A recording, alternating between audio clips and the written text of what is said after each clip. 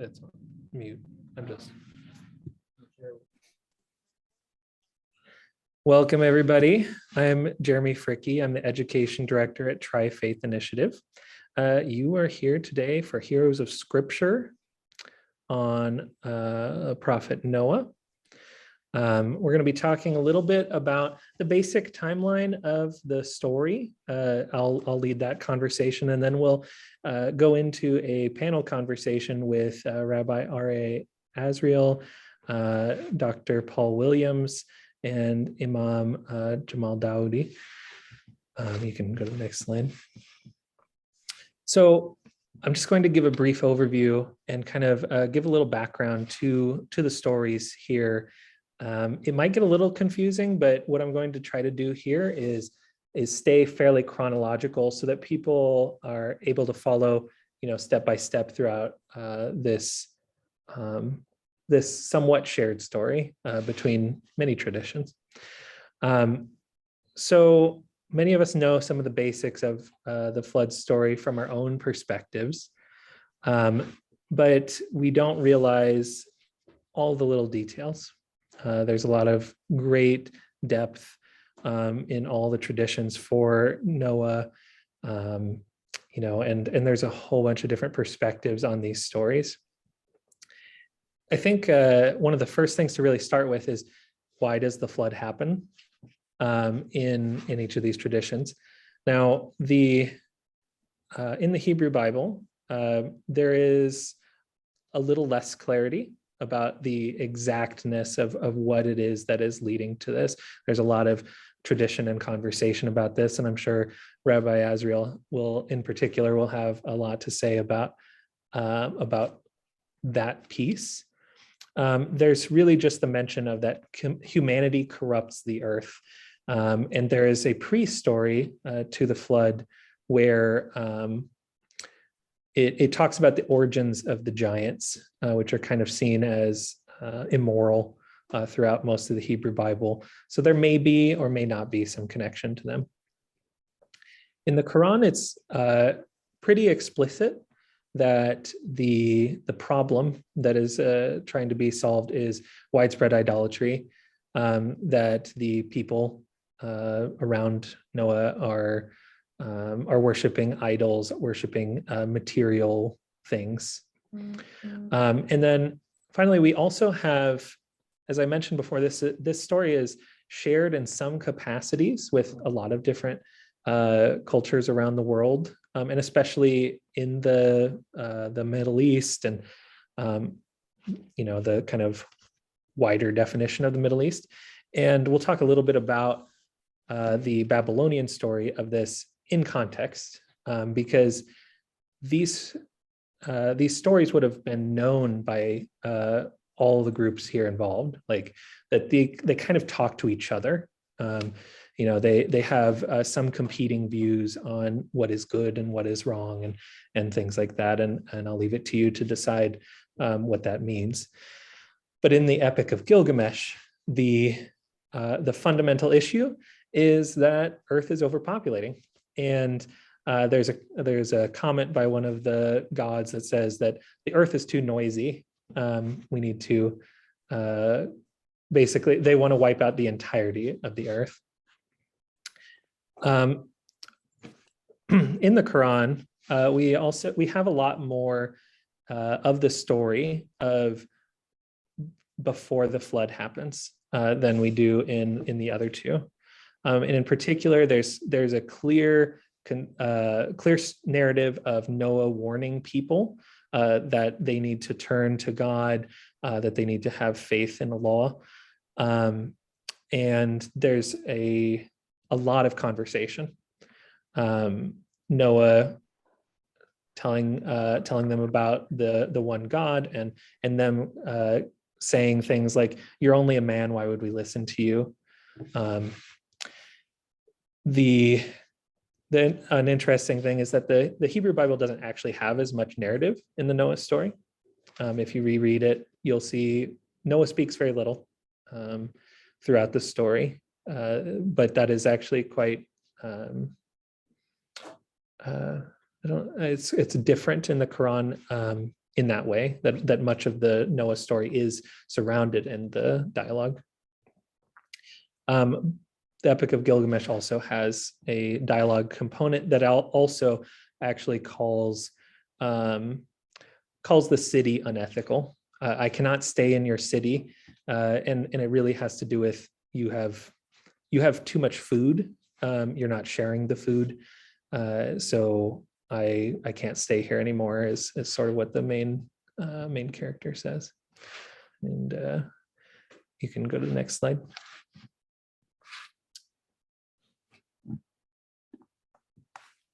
So there's a minor, maybe depending on your point of view on how minor of a difference of the sort of warning of the flood.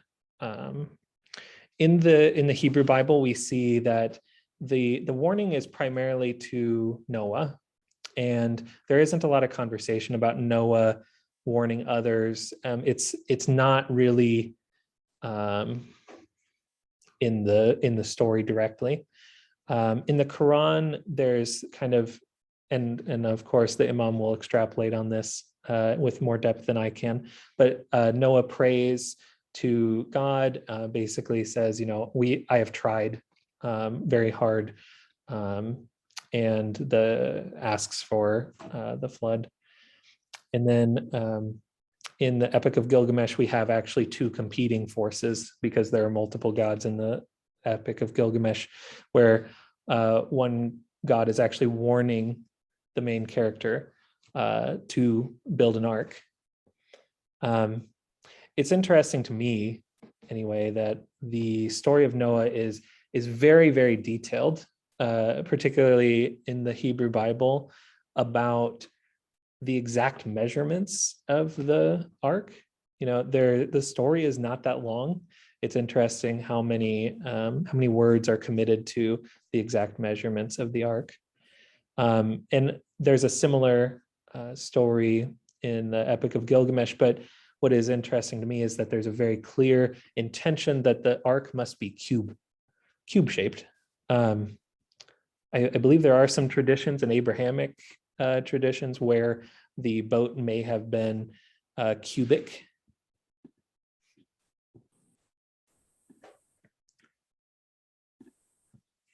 And I'll come back to the Gilgamesh question in just a second here. But okay, so there's a question in the chat as to what exactly the Epic of Gilgamesh has to do with this. And it really has to do with that these traditions are all localized very regionally. And at least in my interpretation, and I would love to hear the clergy's interpretation as well, that these kind of comment on each other. It's like these stories may have been known by each other, and they kind of say, no, this is how it really happened. The Epic of Gilgamesh is quite old. It is around the same time as the Torah. So there's a lot of overlap with these stories. They are not shared by the same religious culture exactly, but they have a lot of common themes that I think are valuable to see that we have both within the three Abrahamic traditions on the commons, but also beyond that. Does that help?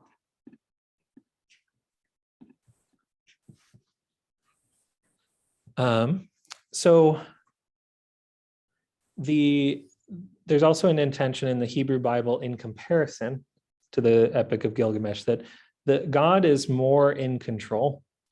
There's, in the Epic of Gilgamesh, the main character goes into the ark, he builds it himself, and he closes the door himself. In the Hebrew Bible, God closes the door. There's a little more interaction directly between God and humanity. So there's these kind of running themes between these stories where, again, there's this conversation where one story is saying, no, this is how it truly happened, or how it should have happened. Allie, you can go to the next slide. I'm going to go a little quicker through this piece. So the flood happens, and this is fairly similar throughout, some different terminology used. But the Quran also has a longer dialogue about exactly the disbelief of Noah's son. And I would love to hear Imam extrapolate a little bit in a few minutes on that prayer that Noah prays to try to save his son. But there is a component of the Quran where actually more people are saved through the flood. The believers of the area were saved, and in the Hebrew Bible and the Epic of Gilgamesh, it is only the family of the main character. We can go on to the next slide. So I just want to reiterate before we move on to the panel portion that the stories have a lot of commonalities. We see that over and over again. Why is it that this mountain is particularly important? Why is it that why are certain birds used in the conversation of like after the flood ends, the birds are used to determine when they have reached land? Why do they use it that way? Why are certain birds used? There's a lot of questions that we can ask of the text, but we can go to the last slide.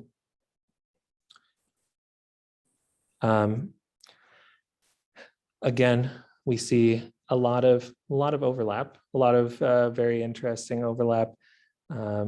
And I kind of want to point in particular to the last piece here. After a sacrifice, after the flood, the God provides a covenant to remember the flood. And it's interesting that the Epic of Gilgamesh provides a very material object, a gemstone necklace to remember the flood. In the Hebrew Bible, the memory is actually of a rainbow, something that is put directly in the sky and out of reach of the humans involved. And then let's go to the last slide here. And then finally, there is a blessing for Noah. And there is a lesson in all three that and again, I invite the clergy to extrapolate more on the Hebrew Bible and the Quran. But the Epic of Gilgamesh suggests that the gods are critical of the God who created the flood. They kind of say, why did you have to wipe everyone out? Couldn't you have sent like a lion to eat some people, or a drought to kill off only some people? That's kind of the questions that are raised, and they end up establishing kind of why there are terrible things such as infants who pass away, or some of the more neutral things, like they say that this is where monastic life comes from, because you don't want to overpopulate the earth, so you need people to not make children. Yes, so there's a lot of information there. I'm sorry that I kind of inundated a lot there, but I kind of wanted to give a very broad, although detailed, understanding of these stories to kind of contextualize us for the clergy. So I'd like to invite, firstly, any kind of opening remarks from Rabbi Azrael first, and we'll just go in chronological order. And I also want to invite the clergy to ask questions of each other. I'll be able to help provide some more questions if you would like, but I think it's really beautiful to see all of you have conversation with one another. Thank you. I want to start maybe with his name, the meaning of the name, Noah. Noah in Hebrew means tranquil, means someone who is really in the middle, pretty balanced kind of a character. And I find it always interesting that it says that he was a just man in his generation. He was an average guy. He was definitely less than Abraham, because Noah is just a character there to get us into the genealogy and into the story of the corruption. But then nothing in Judaism starts until Abraham appears on the scene. So it was always interesting, the question why Noah did not receive the honor of being the first Jew, and Abraham received that honor. It is possible that part of it is, which is interesting, that he pleads in the Quran for other people, but in the Jewish text, in the Torah, he doesn't plead for anyone. He just is eager to save his wife, 3 kids, and their wives. I'm interested very much to find out who is the son that the Quran is suggesting Noah prayed for his behalf. What was the name of the son? So that's my question to the Imam. Assalamu alaikum. Good evening, everybody. The Quran does not mention exactly which of the children was on the different channel with his father regarding the faith. The Islamic tradition talks about the 3 children, Sam and Ham and Yafet, but doesn't mention the one who disobeyed. And in the traditional Quranic address, when something is irrelevant to the faith and believing system and principles, God does not put or mention that name. The lesson is with the story itself rather than who did what. It's interesting that 2 of the sons are caught at the end in some kind of a plot that embarrasses the father, who is drunk, because the first thing he does is he is planting a vineyard. I'm sure after I will be for so many days on a boat, on a cruise with smelling animals, I will too need to get maybe build a vineyard. So the 2 sons, Canaan and Japheth, are caught in sexual indiscretion. And Shem is the one that is protecting his father. And of course, Canaan and Japheth are 2 of the kids who represent other parts of the population of the world. And they are basically denigrated in comparison to Shem, where the Semitic people came from. Well, from the Islamic perspective, we don't believe that Prophet Noah got drunk. Neither any of his children were mentioned on the negative side.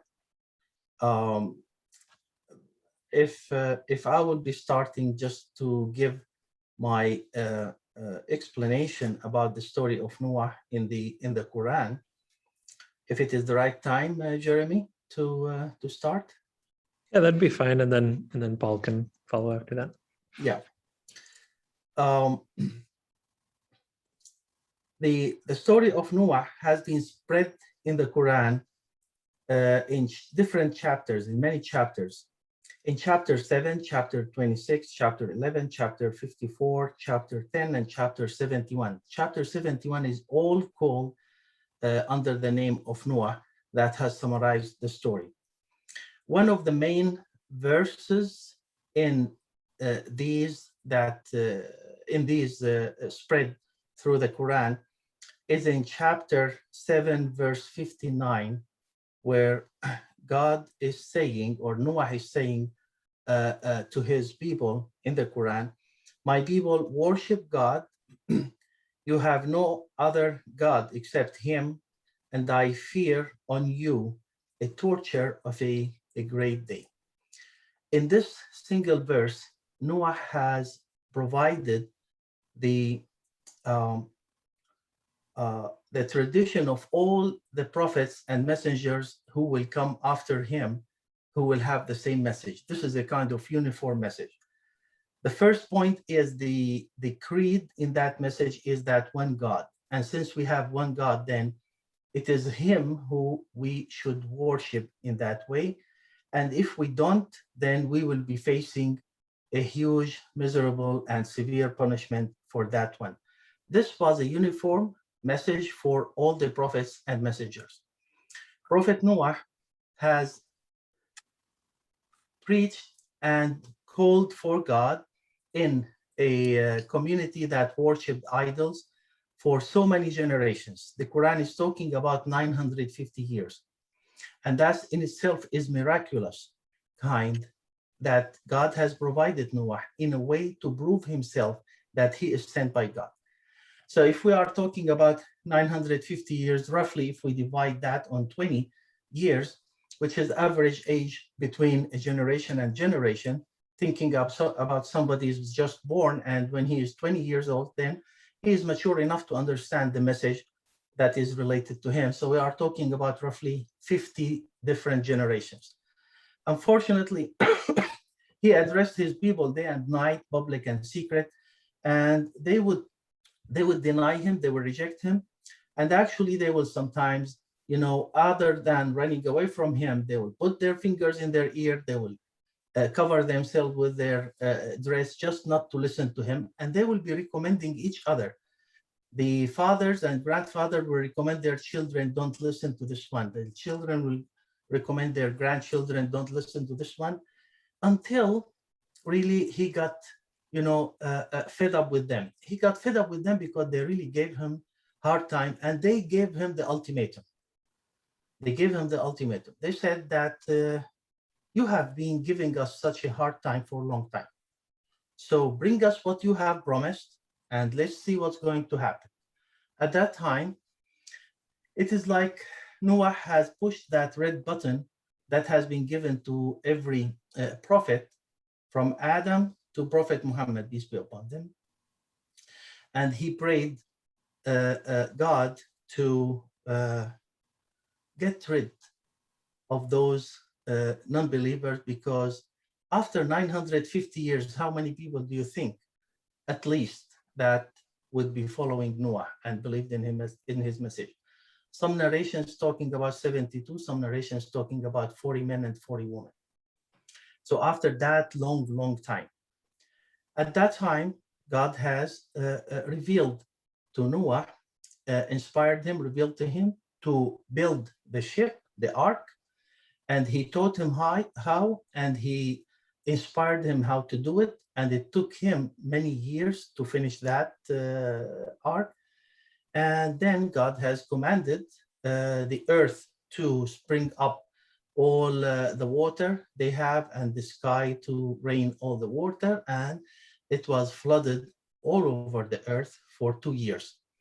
After that, God has given the command to the earth to swallow the water, to the sky to stop. And then we have the rest of the story that we can talk about. So that is simply the story. Noah is a prophet, an eminent, respectful prophet, just as all the prophets in the Quran, who are, by definitions, a human being handpicked up by God to represent the message. So we don't ascribe to them any of those characters of getting drunk or getting angry or getting, doing this and that. They preach their message, they have been rejected, and that was enough reason for God to punish them, because it was a promise. You do this, you get that. You don't do this, you get that one. So that's briefly before we continue. So this is a very different story than the story in the Torah. Noah is definitely not elevated to a prophecy.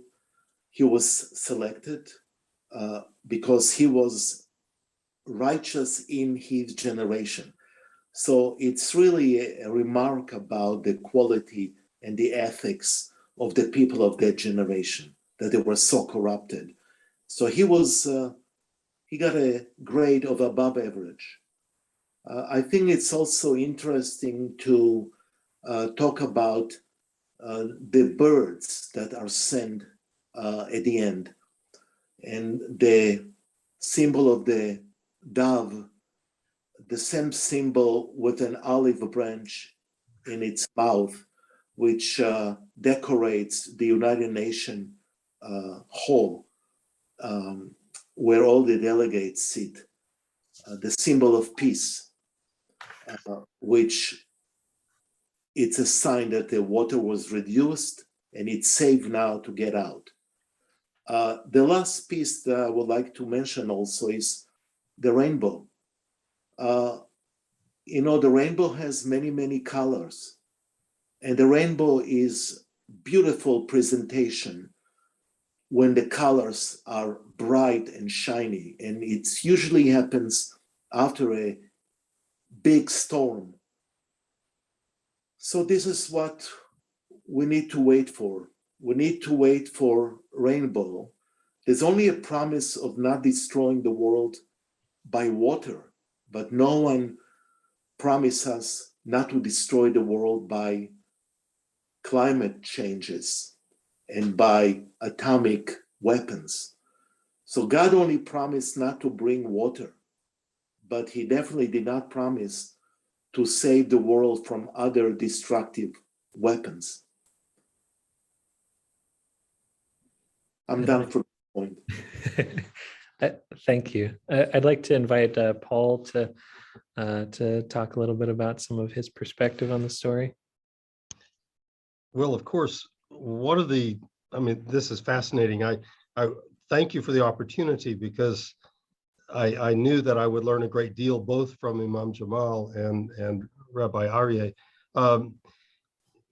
In the Christian tradition, there is no independent story from the Torah, because Christians accepted the Tanakh as scripture. And so in some ways, when it comes to the story itself, Christian commentators, theologians have traditionally accepted the Noah account as it appears in Torah at face value. So anything that Rabbi Azrael says about the story itself is largely simply incorporated into the Christian understanding of Scripture. I think it does appear Noah is referenced in the New Testament, and it's interesting that it's referenced only 8 times, and 2 of those times are parallels in Matthew and Luke. So in a sense, there's really only 6 independent references, and it only appears in, 1, 2, 3, 4, 5 of the 27 texts of the New Testament. So it isn't prominently, doesn't figure prominently in specifically Christian scriptures, i.e. the New Testament itself, although it is used all the way through Christian history. And so first of all, it's just, there is no independent story. So that's one key point. The other thing that I'd like to say, which does speak to the content, the way in which the Noah and flood story is appropriated in the Christian text from the first century, as well as in the continuing theological tradition, was in some ways a key point was referenced by Imam Jamal from Surah Al-Araf and verse 59, ayah 59. 57, maybe? Was it 57? You said 59, yes. Surah 7, 59, yes. verse 59, ayah 59. We sent Noah to his people. He said, "O my people, worship Allah. Ye have no other God but him. I fear for you the punishment of a dreadful day." And it's that last part of the ayah that I noticed in particular, because in the Christian theological tradition, the apocalyptic dimension or symbolism of the flood is fundamental to most of those New Testament references.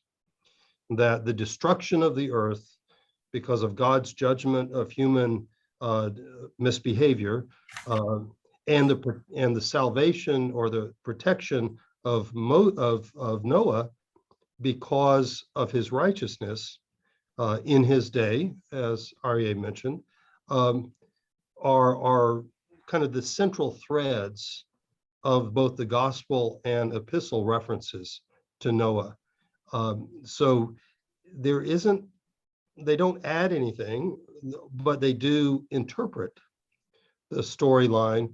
There are two references to the Noah story in the New Testament that are not central to the issue of apocalypticism or the issue of righteousness or salvation. And that is, in the Gospel of Luke, Noah is specifically mentioned as part of the genealogy of Jesus of Nazareth. Now, Matthew also has a genealogy, but Matthew only goes back to Abraham, whereas Luke goes back to Adam, because in some ways Luke has a more global vision, and this is my interpretation of the Christian tradition, and as a result, he goes all the way back, including Noah, as one of the ancient ancestors, one of the patriarchal ancestors of Jesus. The other place that it appears, the genealogy, and then there was one other key sort of distinctive element. I'm looking through scattered notes in front of me.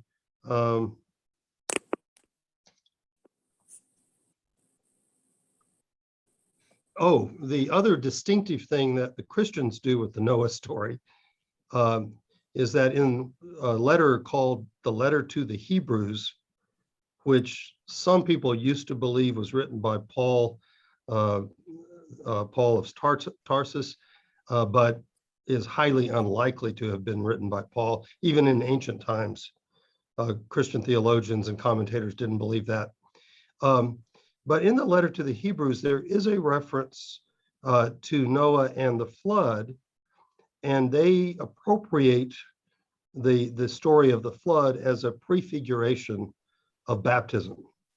And that is one of those examples of Christians using the Torah and indeed all of the Tanakh as a way to argue that they are simply a successor to the tradition, and that in some sense this leads us to the more difficult theological assumption of supersessionism, which we don't need to get into unless it comes up later in the conversation.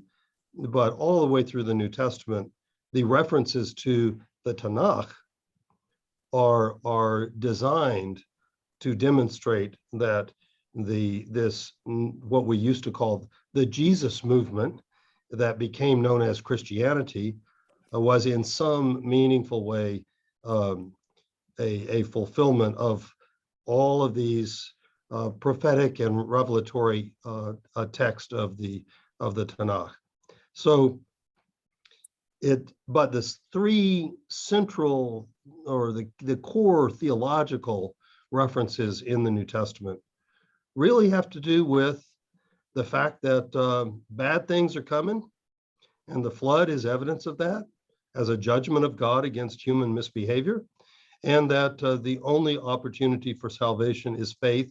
And so they see Noah's acceptance of God's instructions as evidence of his faith, and not necessarily that he's perfect or saved by righteousness, but in the classic Protestant tradition, salvation by faith. And so he is seen as an example of that critically in several New Testament texts.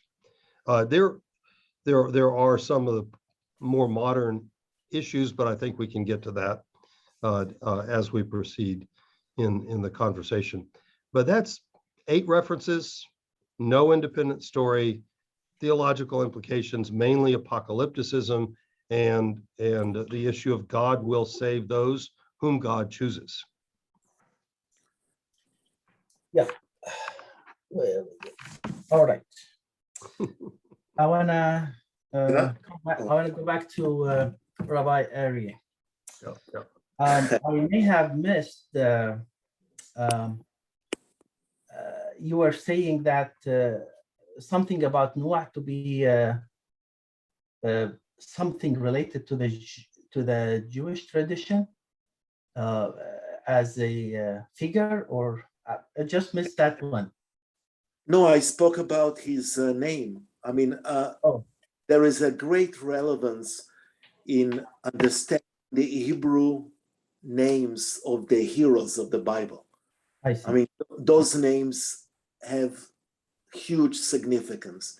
And I explained what the name means. The name, it's in a way, in an ironic way, he's supposed to be the person that brings a very calm period of time. But the flood and all the destruction and the opposite of the meaning of his name is part of the humor in the story. Well, the Arabic word for Noah is taken from the root of grieving and showing the grievances on the death of someone. When someone dies and his family start grieving and crying and showing that kind of pain and condolences, that is called Noah or Niyaha. That's fascinating. Yes, and I would like to just comment on something I heard. Prophethood is not something you earn it.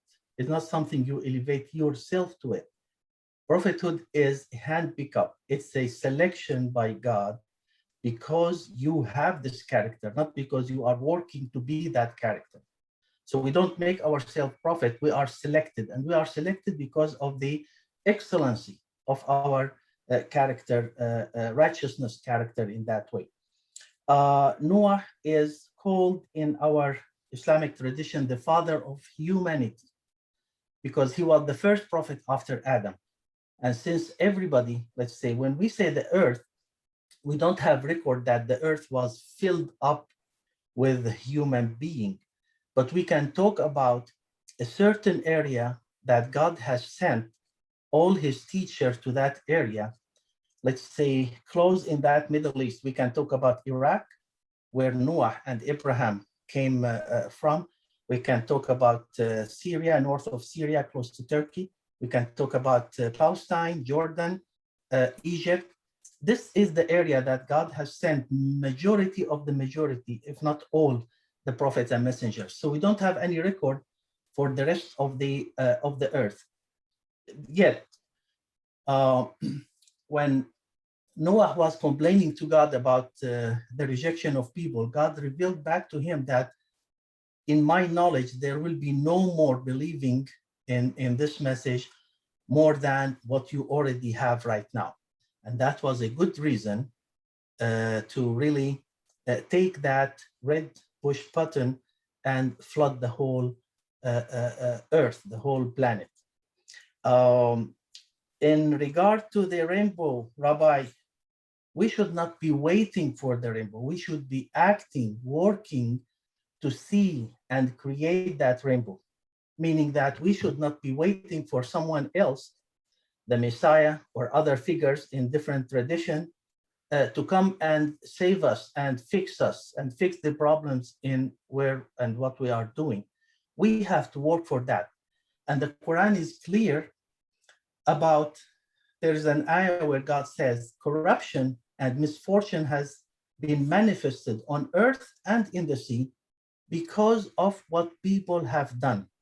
So whether all the destruction, all the problems, whether it is the global warming or others, different, it is happening because either we are in a way rejecting or not obeying the teaching of God in this way, or because of our own sins, the spiritual sins and the physical sins.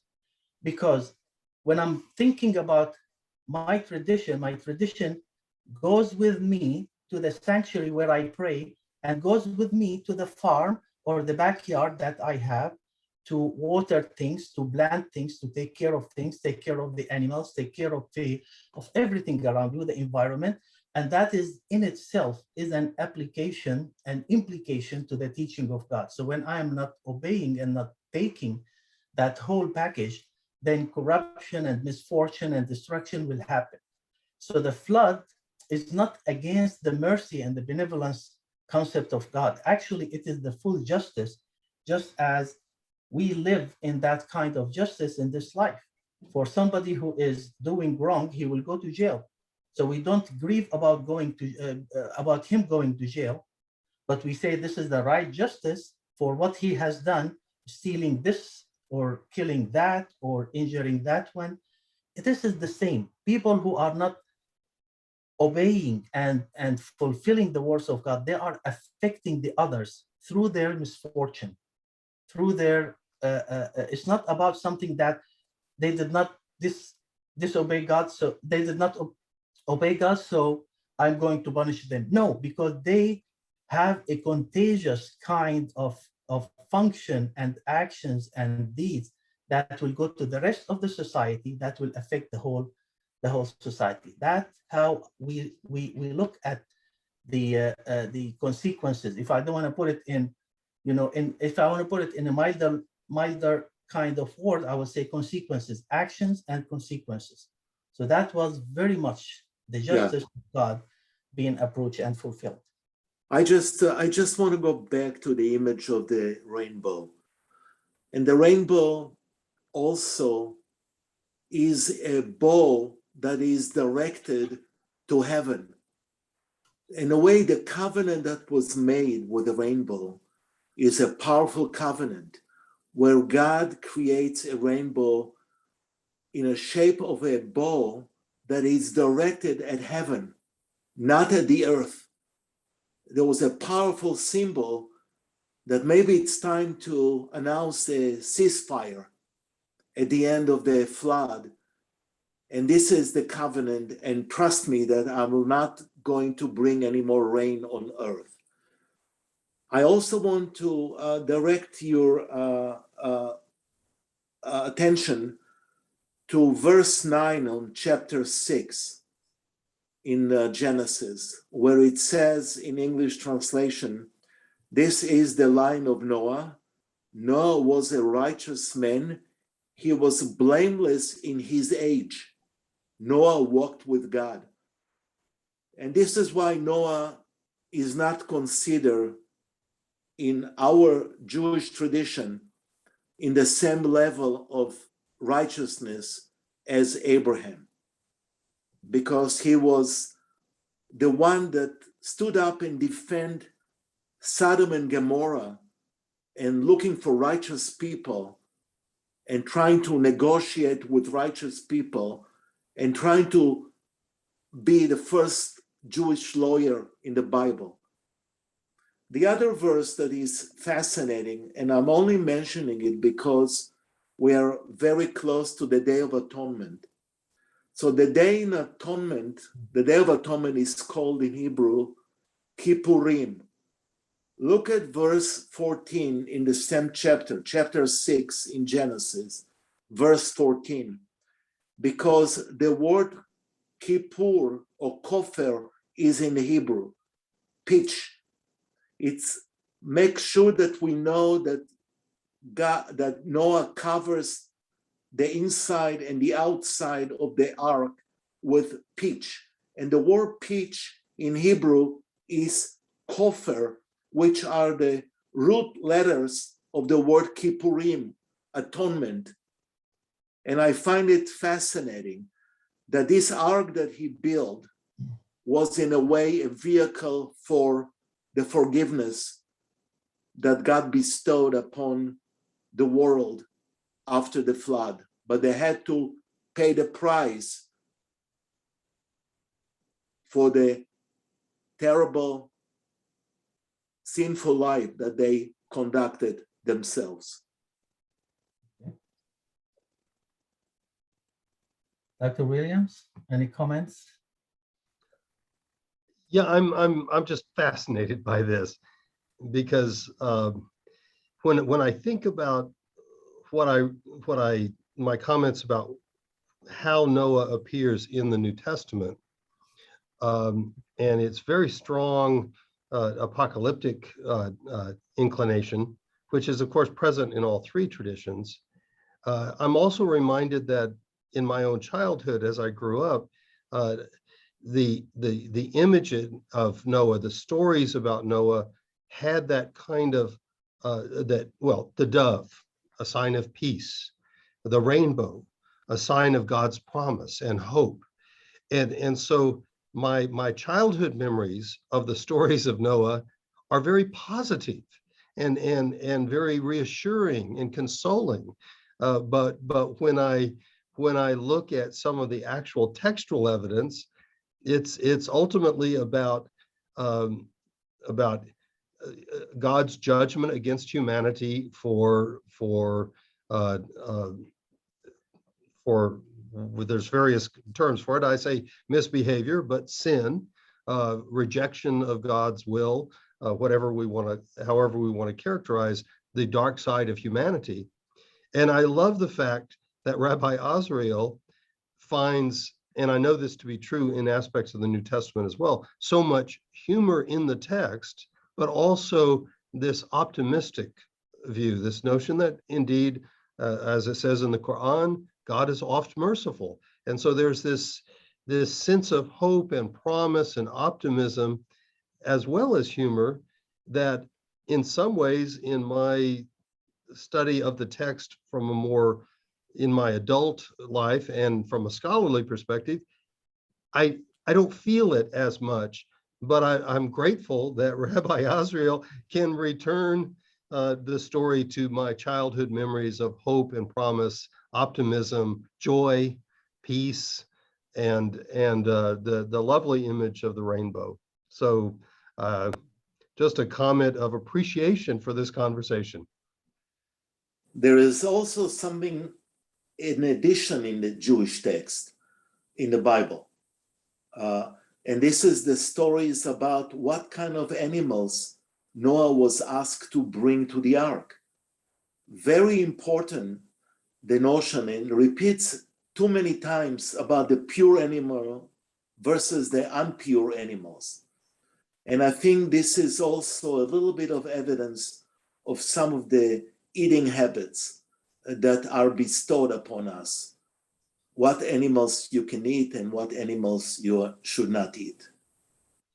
Well, in the Quranic text, God said in general, asking Noah to get on board couples of every single animals, plants, insects, etc., etc., without any differentiation between pure or impure. That is a different story, because God knows that there will be no more life on earth after the flood. And yet, after God gave his command to the water to stop and the earth to swallow and get all the water down God said to Noah, اهبط منها بسلام. Come down now off the board بسلام وبركة.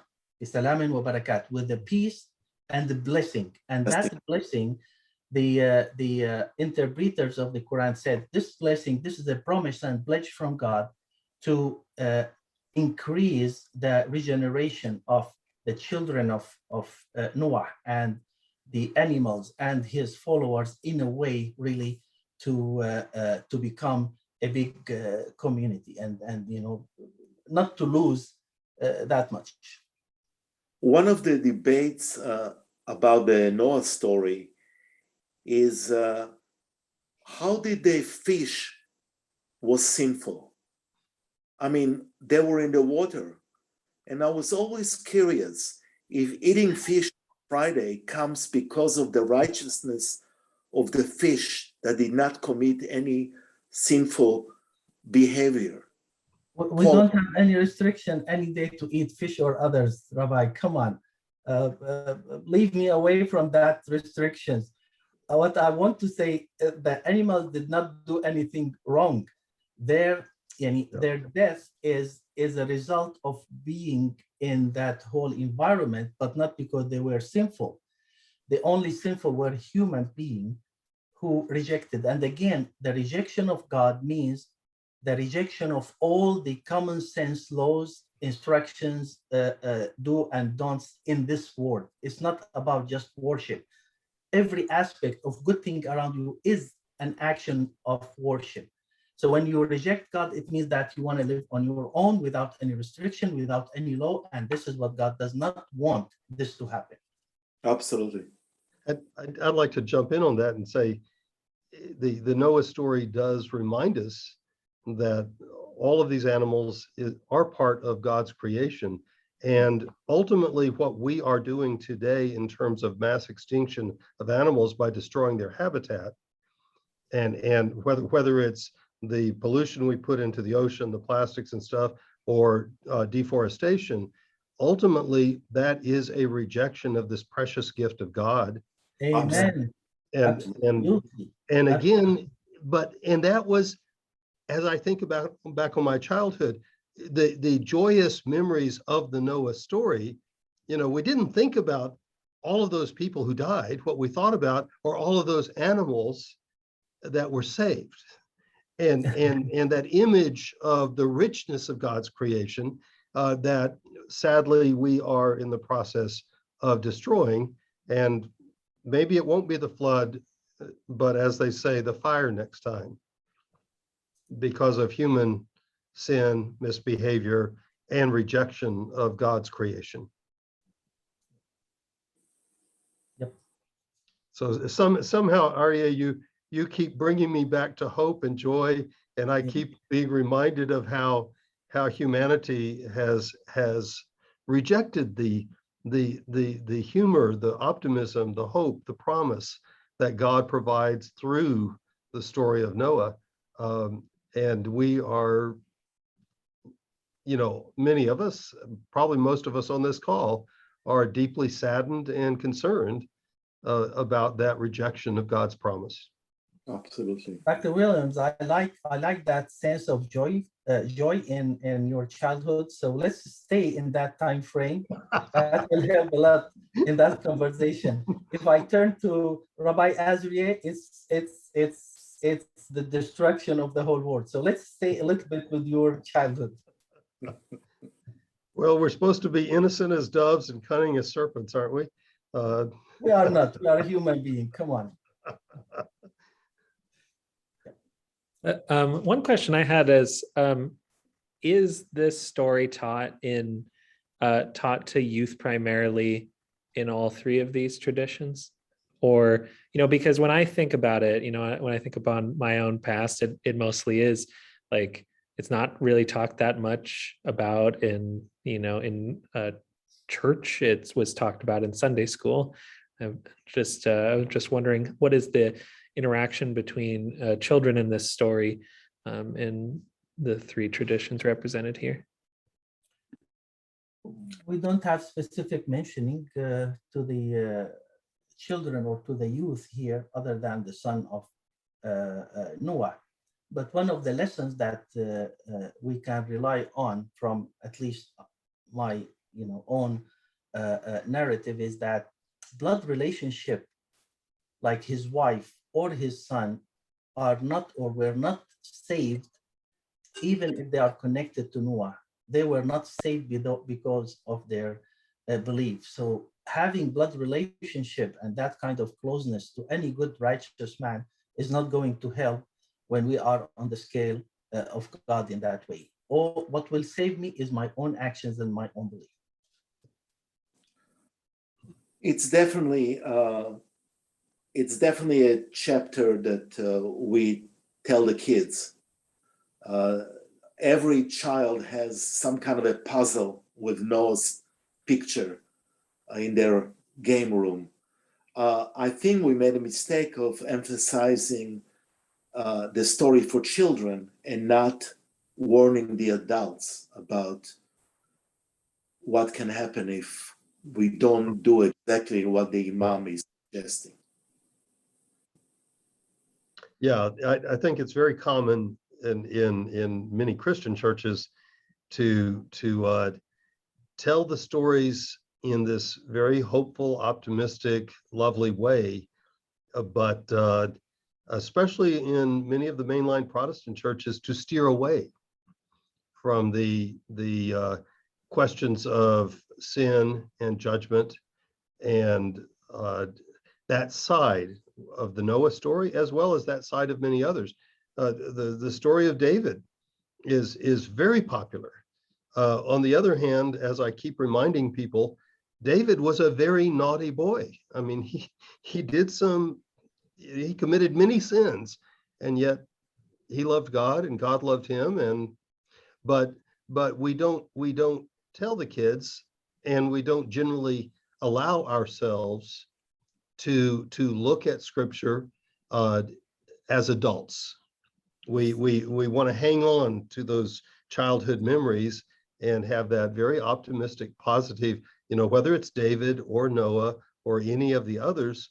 But do we have an adult understanding? So maybe of these things? Yeah, maybe the ark is about us. Each of us is a boat.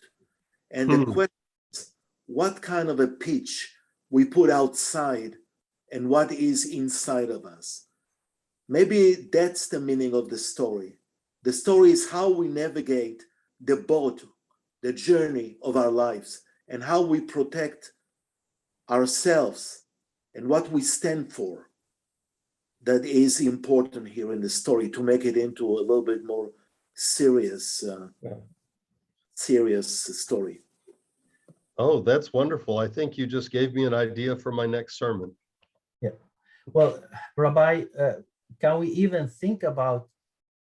avoid having an ark and just try to stay as good and quiet as possible on this planet before we are forced to have an ark and then think about navigating? But look at the ark that those people who decided not to be vaccinated are building for themselves. Now you are politicizing things. Because the Bible is a political document. Come on. Mm-hmm. When are you going to finally recognize that that is? Okay, that's fine. I know.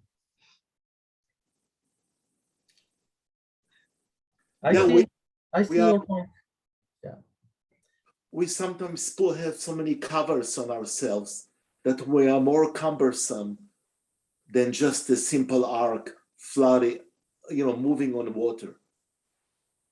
We have so many things we build, so many masks around ourselves. We have so many covers.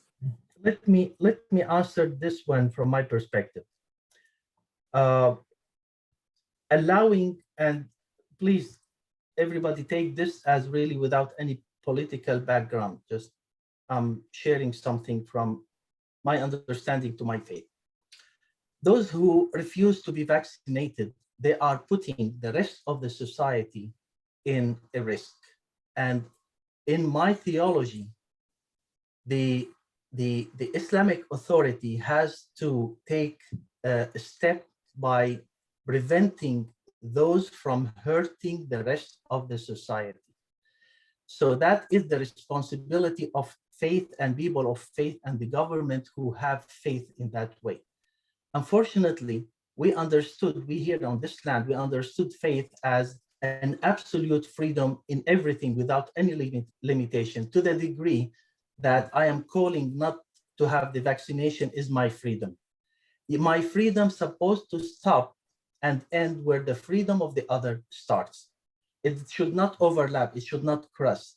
Unfortunately, we are not up to that one. And why? Because we on the high level, whether it is the authority or people of the churches, people of the temples, people of the mosques, are not doing their proper job by educating and growing the maturity in our society that way. The clergies are part of the problem, responsible on not telling and preaching the right message.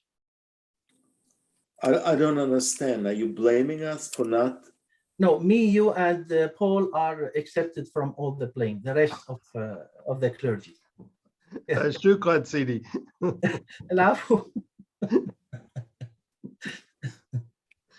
You see, find humor. Yes.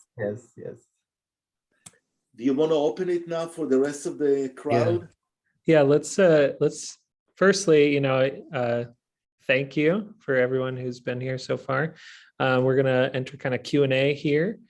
If anybody has any questions, feel free to either raise your hand and I'll let you speak here, or type it in the chat. Anything would be great. Jeremy, can I toss two things in that I think are relevant to, we sort of moved into the modern age variously in this conversation, but the Noah story is critical in a couple of very interesting ways in terms of the tri-faith relationship. One of the foundations for increasing Jewish-Christian dialogue after Shoah was finding common ground, common theological ground, common purpose between Christian pastors and rabbis and their congregations.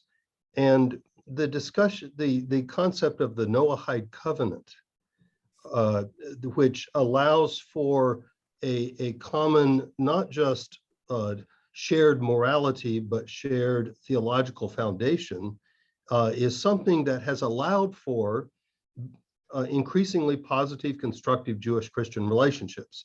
And I believe certainly that as the Muslim community in the United States has grown, that there is an opportunity for that being part of the conversation as well.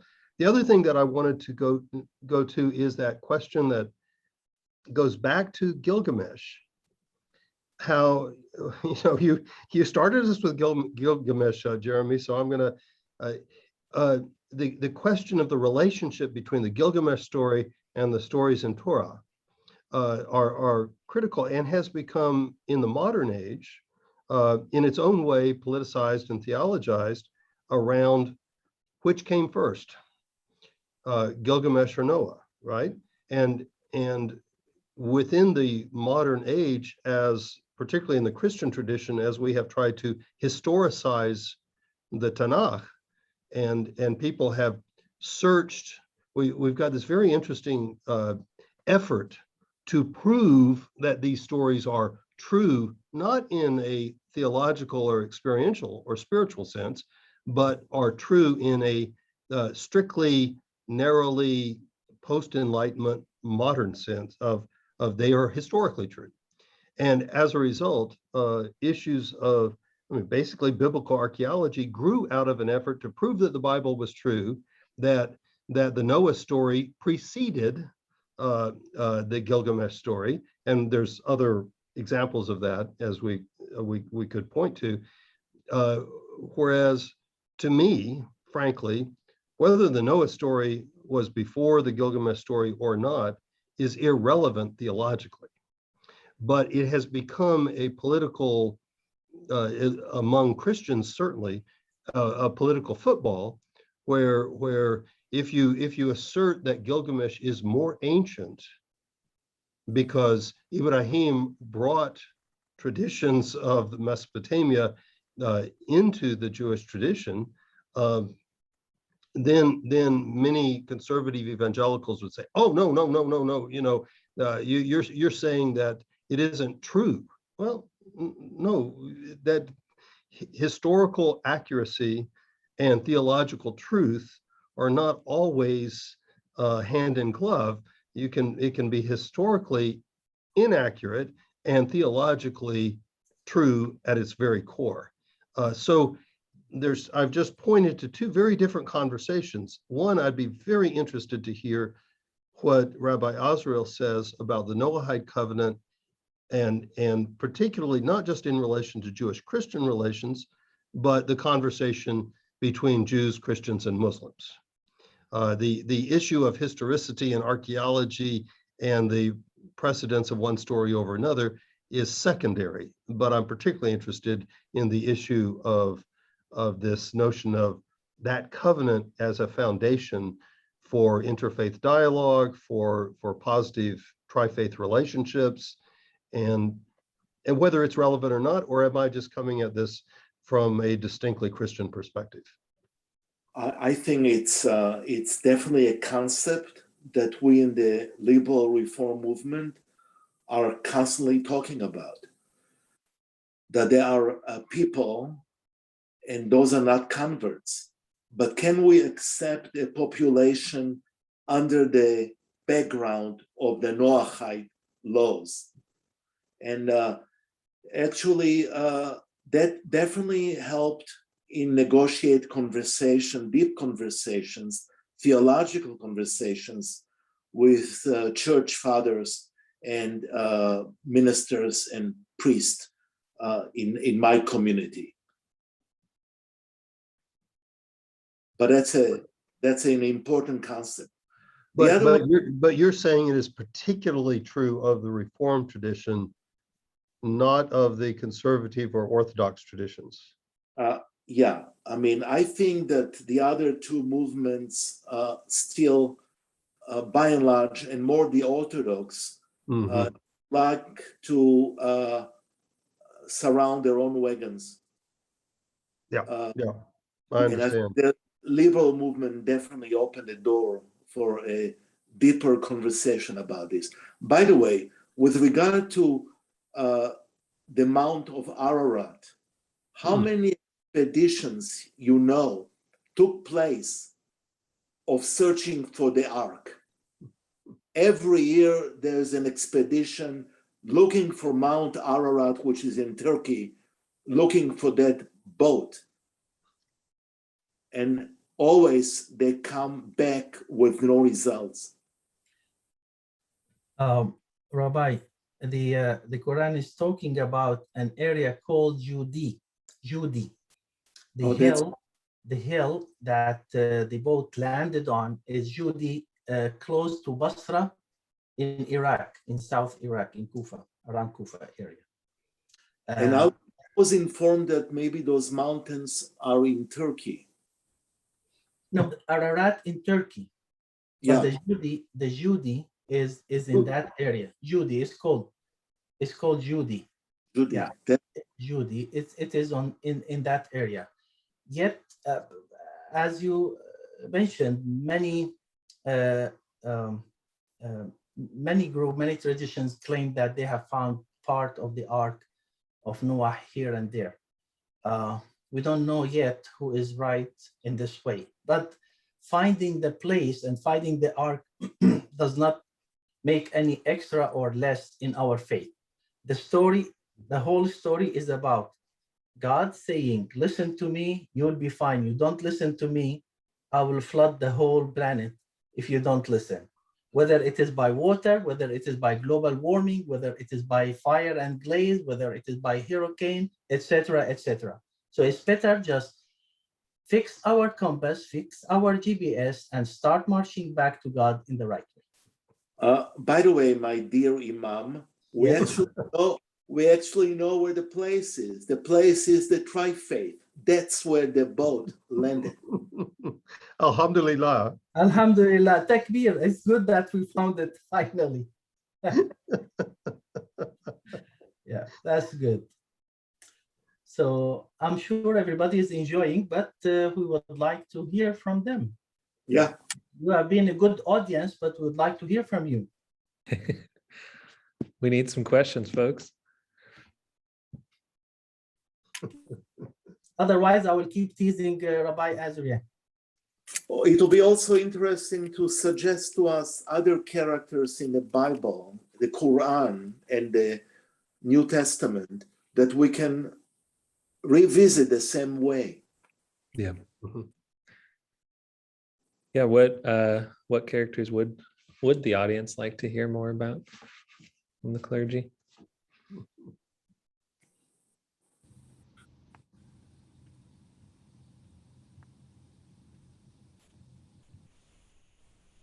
What a silence. Wow. Which means they are fascinated by our story, which is very good.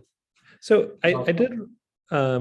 Oh yes. Yeah. So Lee was asking, would you be able to review what the Noahide laws are? What makes them different from sort of the 10 Commandments or anything like that? I think the one thing that they don't include the Noahide law. So they include about murdering someone else. You should not murder. There's about stealing. What they don't have, which Judaism has, is the whole kosher laws. So that the Noahide people are not obligated to keep kosher. But the basic other, don't murder, don't kill, don't steal. So most of the Ten Commandments are accepted also by Noahide people. Those are people that origin is in Noah, not Abraham. The curriculum of God had the same principle, the same articles, meaning that even before the 10 Commandments, the meaning and the items, the articles of the 10 Commandments have been uniform with all prophets who came to humanity. And we cannot just take one of them to say he had 8 or he had 6. All of them had those 10 or even more. So in that perspective, Noah had all the teaching supposed to be taught, which the Judaism brought, which Christianity brought, which Islam brought. So all of them had the same curriculum. Okay, so in Judaism, there are 7 Noah laws that are only partial from the 10 Commandments. So we talk about 7 laws for the Noahide people. That's in my perspective is all the same. All with the same teaching. Those 3, I'm sorry, Paul, those 3 points that being mentioned in verse 59, worship God, believe in God the one, since you will believe him, worship him, and this worship means live with him spiritually and physically on earth. And number 3, keep in mind, actions has consequences. And these consequences, it could destroy everybody around you.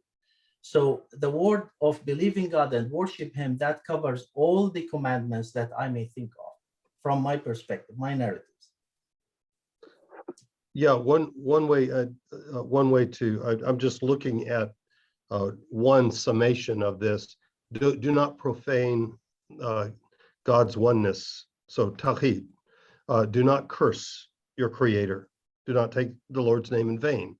Do not murder.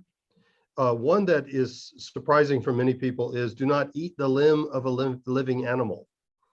And this has to do with not causing undue pain. Do not steal, and sexual restraint.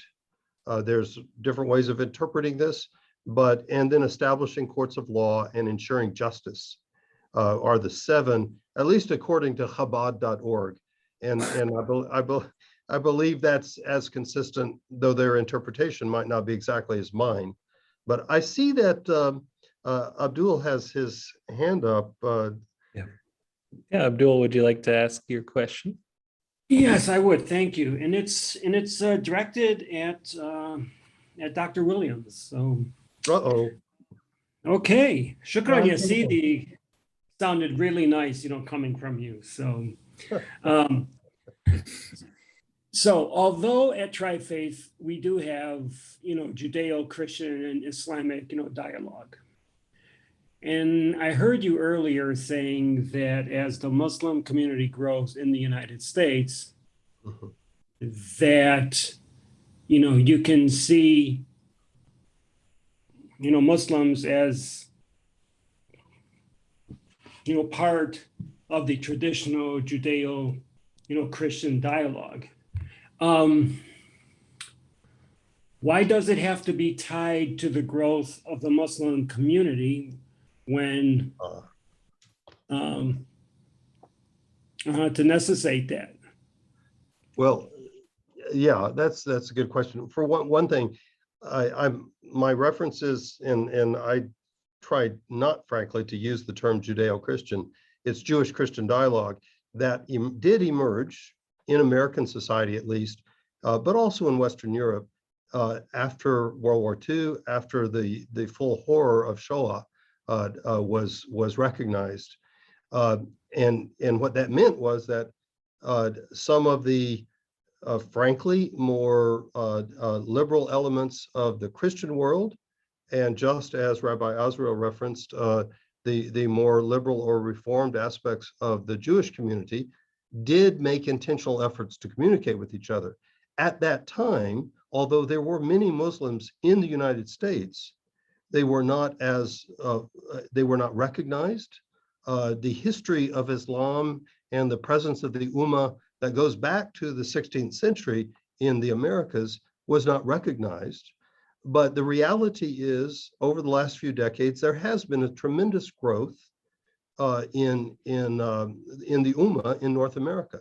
And so I don't see this as a question of incorporating Muslims into Jewish-Christian dialogue. I see this as a short-sightedness and a lack of recognition of Islam in North America. But at least there were positive interfaith relationships emerging in the late 40s and 50s as Christians began to recognize their own complicity in anti-Semitism and the history of pogroms and what ultimately became the horror of Shoah. Now, the fact that there was a surge of new immigration from many Muslim communities around the world in the last 50 years kind of forced a lot of people, and I say forced just because it became part of the demographic reality of American society, to say, oh my goodness, it's not just about Jews and Christians. And now we could also extend this conversation in terms of Hindus and Buddhists and others, but here we're talking about Tri-Faith, that it is critical that those of us who have been open to interreligious relations and interfaith dialogue should recognize the presence of the Ummah. And I think the Tri-Faith Initiative, of course, is a beautiful example of that. So not really an extension of Jewish-Christian dialogue, but historically, in the 50s, there wasn't a full recognition of the presence of the Ummah in North America.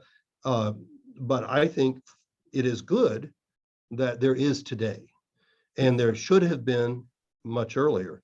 I mean, the fact that the oldest mosque in North America was in Iowa, is kind of has been overlooked, but at least we are at a place where we can be in conversation across three religious traditions, even though I think sadly in many ways there's a sense in which those of us who are sitting at the table are among the most liberal aspects, dimensions, portions of our own religious communities.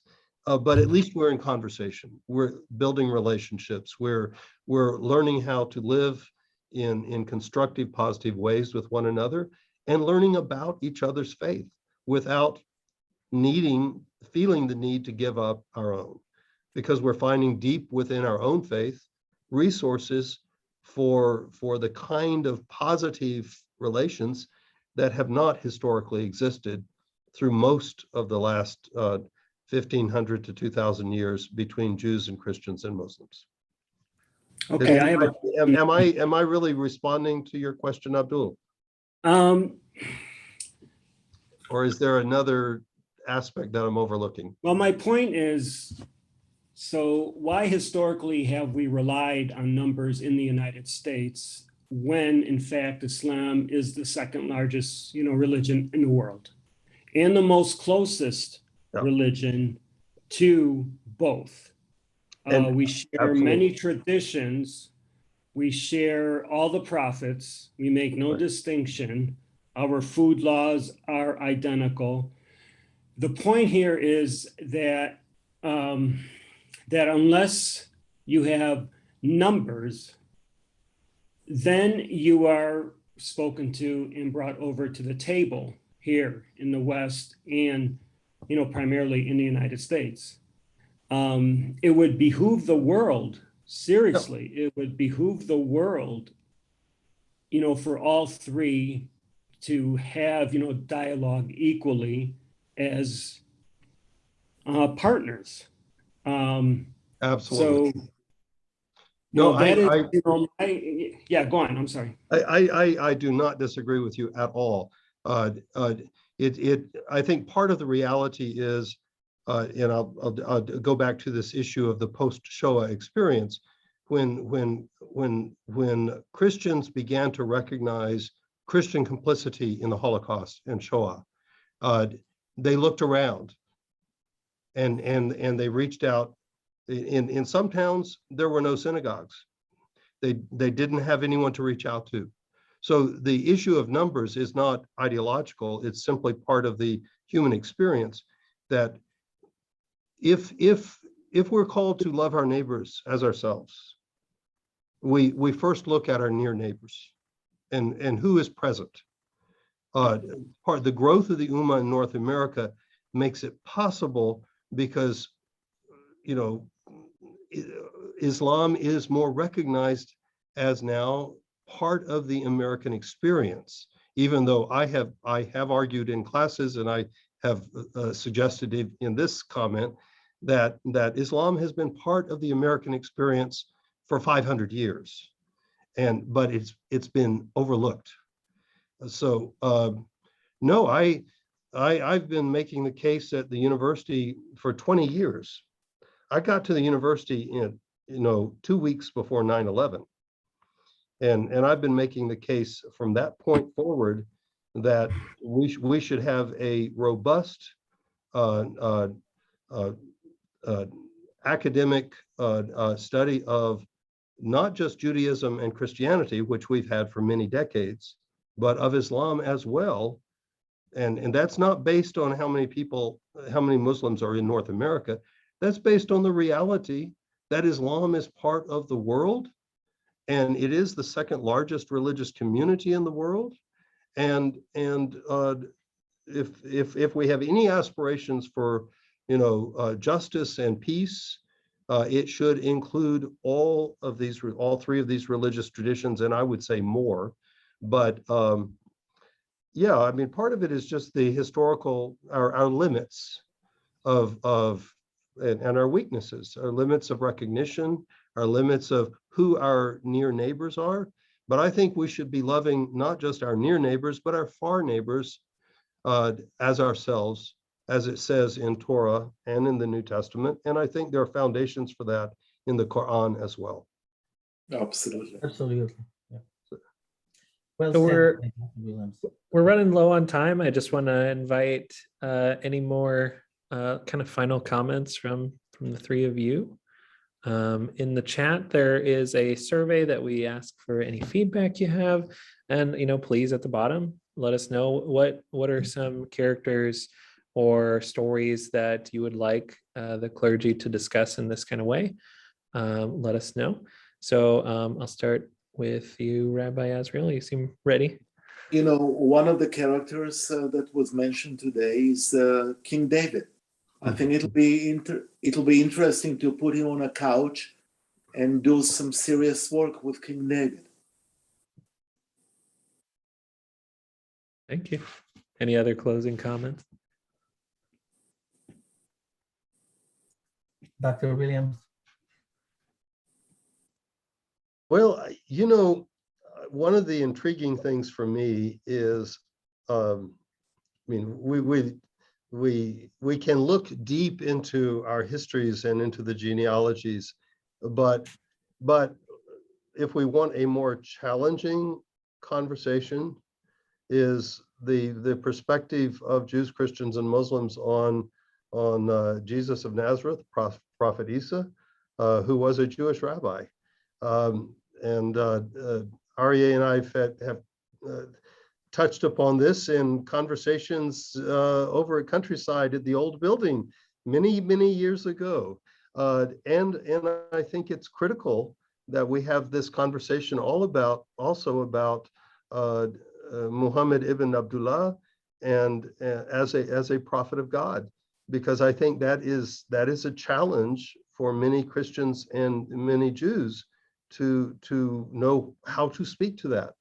And I'll say both of those questions, pointing to both of those individuals, is uncomfortable. It's uncomfortable in some ways for me right now.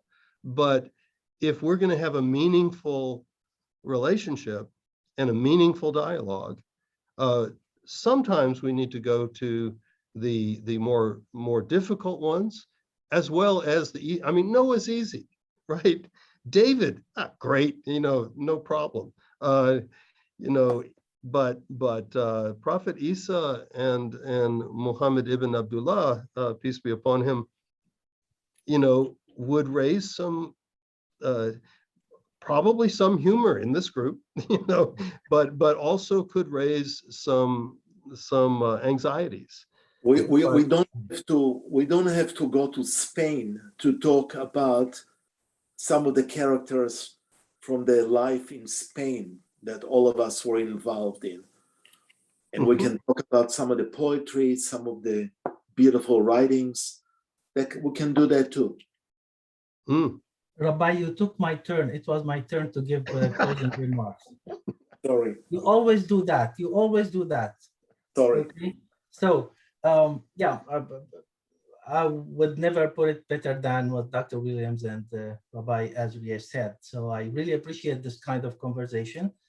And yes, it will open up the door for a deeper conversation on other issues that we need to discuss. And Dr. Williams mentioned that we meaning AMI, Temple Israel, and Countryside are a minority kinds of among their own traditions who have the courage to open up and start that kind of dialogue.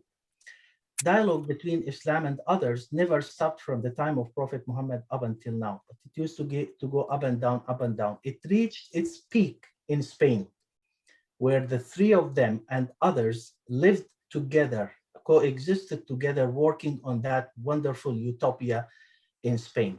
And then it collapses down. So this is where the Christian Judo or Judo-Christian kind of heritage came from after the Renaissance of Europe, sharing the same Bible, that you go to church with and you go to the temple with.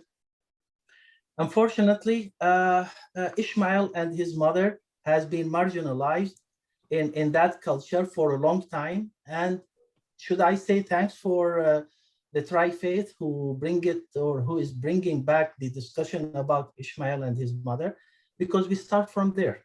When we recognize them properly, then we will recognize Islam and Muhammad properly in that way. Three on that same platform. So that's my final words, and thank you very, very much. Thank you, Jeremy. Yeah, thank you all again for coming. Let me know how we went. Perfect.